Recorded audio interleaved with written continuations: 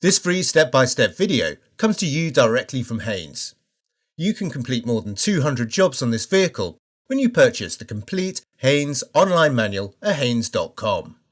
The toolkit includes a tool for removing the plastic caps from the wheel bolts. Using the special anti-theft wheel bolt adapter where necessary, slacken each of the wheel bolts half a turn.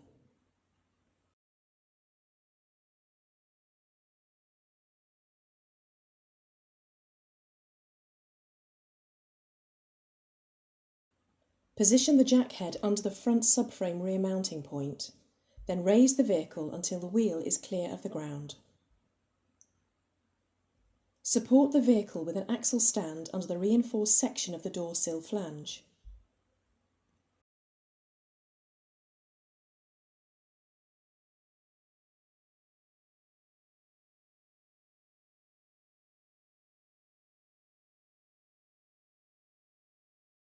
Fully unscrew the bolts and remove the wheel.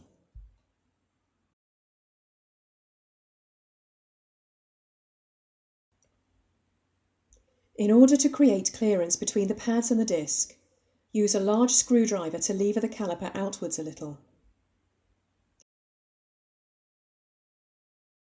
Slacken and remove the lower guide pin bolt.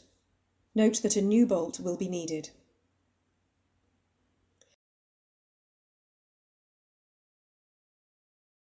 Pivot the caliper upwards, then secure it to the suspension strut using a length of wire to prevent straining the rubber hose.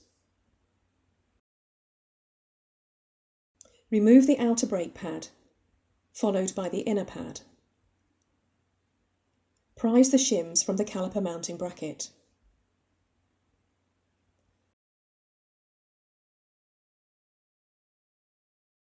Measure the thickness of the brake pad friction material. If any pad is worn down to 2 mm or less, all 4 front brake pads should be renewed. Check that the guide pins slide easily, without excessive play. Examine the condition of the rubber gaiters, checking for damage or deterioration. Detach the gaiter from the mounting bracket and pull the guide pin from place. Slide off the gaiter and clean the guide pin. Apply a little brake assembly grease to the pin.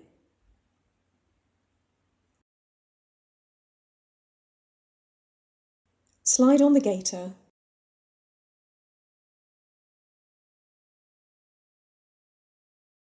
then insert the pin and reattach the gaiter to the bracket.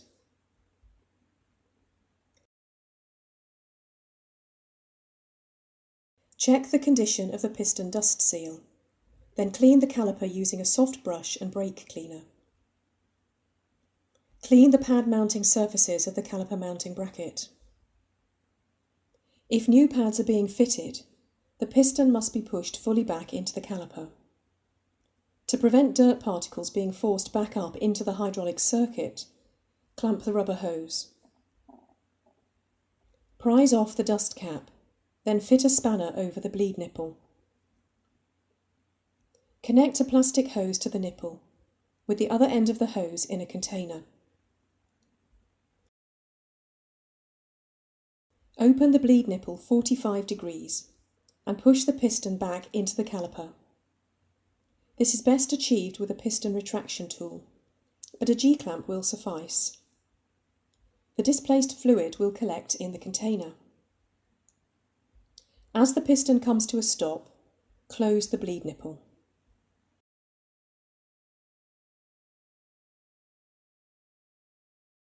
Remove the retraction tool, disconnect the hose, and remove the spanner.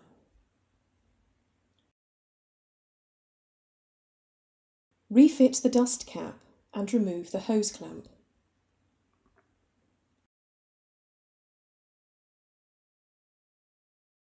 Press the shims into place on the caliper mounting bracket.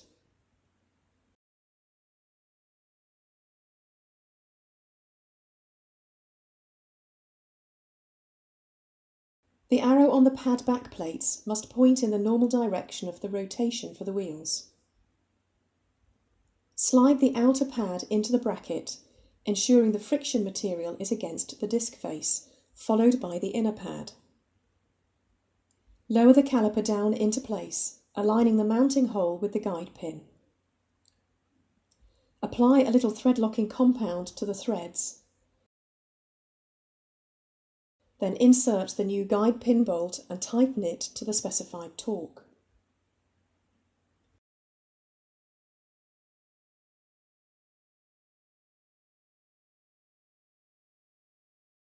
Repeatedly depress the brake pedal to bring the pads into full contact with the discs.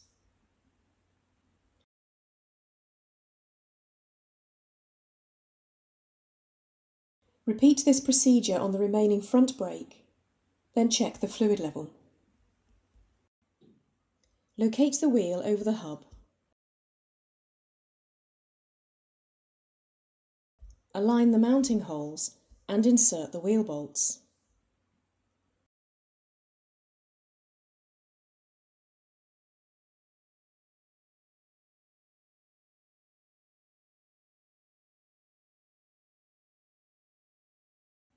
Lightly tighten the bolts.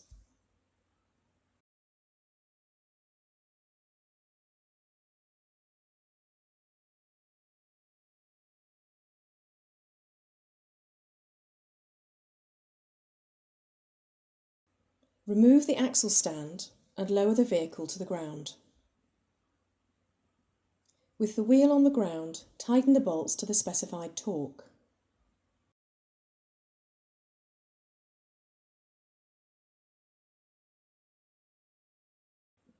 Refit the plastic caps.